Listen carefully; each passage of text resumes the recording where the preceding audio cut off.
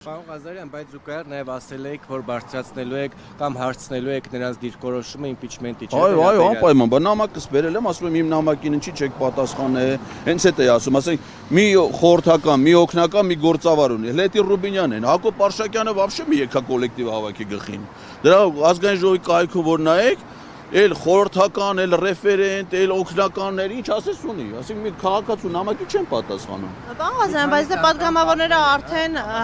հայտարարել են։ Քաղաքացու, ընդ որում գիտեք երբ Արսեն Թորոսյանը դա պատրել է քաղաքացու օրվան հաջորդող առաջին աշխատանքային օրը։ Այսինքն շաբաթ օրը նշել են իրանց սահմանած քաղաքացու օրը, երկու շաբթի օրը գալիս աշխատավայր տենում է քաղաքացուց նամակ ստացել, կարդում է Հայաստանի Հանրապետության քաղաքացի հետ գալ առանց կարդալու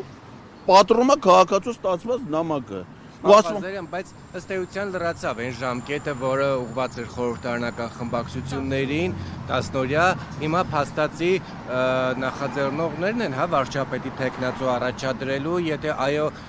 ում թեկնածությունն եք առաջադրելու եւ ներկայացնելու արդեն խմբակցություններին։ Մենք վարչապետի թեկնածու առաջադրելու տրամադրություն չունենք, դա բոլոր դեպքերում մնում է որպես պատգամավորների ֆունկցիա։ Այդ իմաստով հայտարարություններից մի քիչ հուսադրող է, պատիվ ունեմ խմբակցության հայտարարությունը։ Իրենք ասում են չունեն, բայց ասել են, որ բաց են, պատրաստ են քննարկումների համար։ Այդ քննարկումները ես չի, որ իրանց համար պիտի անեմ, այդ նշանակում է իրենք էլ պիտի նախաձեռնեն եւ այդ քննարկումները անեն մյուս պատգամավորների հետ։ Եվ հուսով եմ, որ որոշակի խելամիտ ժամկետ մենք դեռ կսպասենք իրենց ներքին քննարկումների եւ այդ որոշումը կայացնելու համար։ Դա պատգամավորների իրավասությանը վերաբերող։ Պարոն Ղազարյան, կարծես թե միակ գործունքայինն էս պահին Հովիկ Աղազարյանն է անում։ Ոնց նույն հարցն եք տալի, հա։ Հովիկ Աղազարյանն ու Հակոբ Ասլանյանն են նախաձեռնում եւ մայիսի 20-ին պատրաստվում են հայտարարել վարչապետի թեկնածուի անունը։ Կարծում եմ նորմալ է, այսինքն մեր առաջադրված խնդրի տեսանկյունից նորմալ է, որովհետեւ մենք դիմել ենք բոլոր պատգամավորներին, անկախ իրենց կարգավիճակից, որ որևէ մեկը դա նախաձեռնի, եւ եթե կան երկու պատգամավորներ, որոնք դա նախաձեռնում են, ես դրան նորմալ եմ վերաբերվում։ Նշական էր, որ իրենք չէին միանում այն նախաձեռնությանը, որը երկրորդ նախաձեռնություն դեռ չկա։ Այլ նախաձեռնություն չկա։ Այս պահին իրանք էլ դեռ պաշտոնապես չեն մեկնարկի։ Այսինքն, երբ որ լինի, նոր այդ ժամանակ քննարկվի։ Օրինակ, եթե պարզի, որ իրանք ունեն նախաձեռնություն, որի տակ կա երկու պատգամավորի ստորագրություն, եւ կա մի ուրիշ նախաձեռնություն, որտեղ կա 20 պատգամավորի ստորագրություն, կարծում եմ, որ այդ դեպքում խելամիտ կլինի իրենցից ակնկալել, որ իրենք կմիանան այն նախաձեռնությանը, որի ընթացքի հավանականությունը ավելի մեծ է։ Ղազարյան, եւ այնուամենայնիվ այս մի քանի օրերի ընթացքում Հայաստան Դաշինքի տարբեր ներկայացուցիչների մեկնաբանությունները իմպիչմենտի վերաբերյալ որքանով են ձեզ համար ընդունելի, օրինակ ընդհանուր միջև ասում են, որ անլրջացնում եք այս գործընթացը, ասում են, որ Նիկոլ Փաշինյանի ջրաղացին եք ջուր լցնում եւ այլն եւ այլն։ Գիտեք ինչ, այդ ընթացքում տարբեր մարդիկ տարբեր բաներ են ասում, բոլորին կարծում եմ պետք չի տրվել այդ մեկնաբանություններին ամեն ինչին արդեն մանավանդ որ այդ մեկնաբանությունները իրենք են տեղով անլուրջ։ Ես ուզում եմ հասկանամ, եթե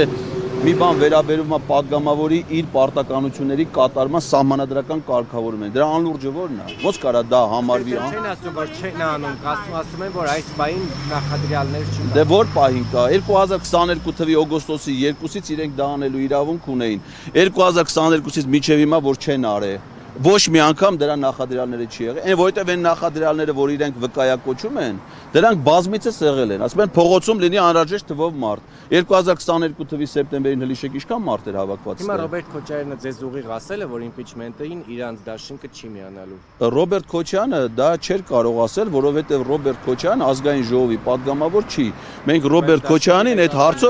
Մենք Ռոբերտ Քոչյանին այդ հարցով չենք դիմել, մենք այդ հարցով դիմել ենք միայն ազգային ժողովի պատգամավորին։ Ռոբերտ Քոչարյանը դաշինքի ղեկավար չի, Հայաստան դաշինք գոյություն չունի, ընտրություններից հետո գոյություն ունի Հայաստան խմբակցություն, որի ղեկավարը ոչ թե Ռոբերտ Քոչարյանն, այլ Սեյրան Օհանյանն է։ Եվ հենց Սեյրան Օհանյանն ասում է, որ այս գործընթացը նաև իրենց վարկաբեկելու համար է քաղաքական ինչ-որ դիվիդենտներ շահելու, որոնք առաջիկա ընտրությունների համար կօգտագործվի։ Հիմա ասենք, որ ես եկել եմ այսօր ԿՊ-ական պատգամավորների հետ հանդիպամ, դա էլ է իրանց դեմ։